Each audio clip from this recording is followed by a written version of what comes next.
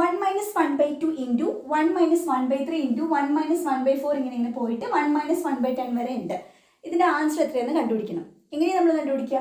ആദ്യം നമ്മൾ ഈ ബ്രാക്കറ്റിനകത്തുള്ള 1 മൈനസ് 1/2 ചെയ്യണം അല്ലെ. 1 അര പോയാൽ നമുക്ക് അര കിട്ടും.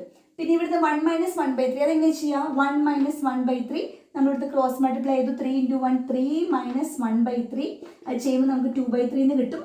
2/3 എന്ന് എഴുതി. ഇനി 1 മൈനസ് 1/4 ആകുമ്പോൾ നമ്മൾ ഈ ഓപ്പറേഷൻ ചെയ്ത് കഴിയുമ്പോൾ നമുക്ക് 3/4 എന്ന് കിട്ടും. അങ്ങനെ ലാസ്റ്റ് 1 മൈനസ് 1/10 നമുക്ക് 9/10 എന്ന് കിട്ടും. ഇതൊന്ന് സൂക്ഷിച്ച് നോക്കിക്കേ. ഇവിടെ ഡിനോമിനേറ്റർ 2, ഇവിടെ ന്യൂമറേറ്റർ 2, ഇത് രണ്ടും ക്യാൻസൽ ആവും.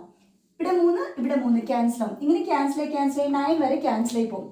അപ്പോൾ ക്യാൻസൽ ആകാതെ നിൽക്കുന്ന 2 നമ്പേഴ്സേ ഉള്ളൂ, ഇവിടുത്തെ 1ഉം ഇവിടുത്തെ 10ഉം. സോ നമ്മുടെ ഫൈനൽ ആൻസർ എന്തായിരിക്കും? 1/10 ആയിരിക്കും. ഓക്കെ, ഈ 1/10 കണ്ടോ? ഇവിടെ 1/10 അല്ലേ? അപ്പോൾ നമ്മൾ മനസ്സിലാക്കേണ്ട കാര്യം, ഇങ്ങനെ ഒരു ചോദ്യം നിങ്ങൾക്ക് കിട്ടിയാൽ ഈ സ്റ്റെപ്പ് ഒന്നും ചെയ്ത് ഈ ഓപ്പറേഷൻ ചെയ്ത് ഇങ്ങനെ മൾട്ടിപ്ലൈ ചെയ്ത് ഒന്നും പോകണ്ട.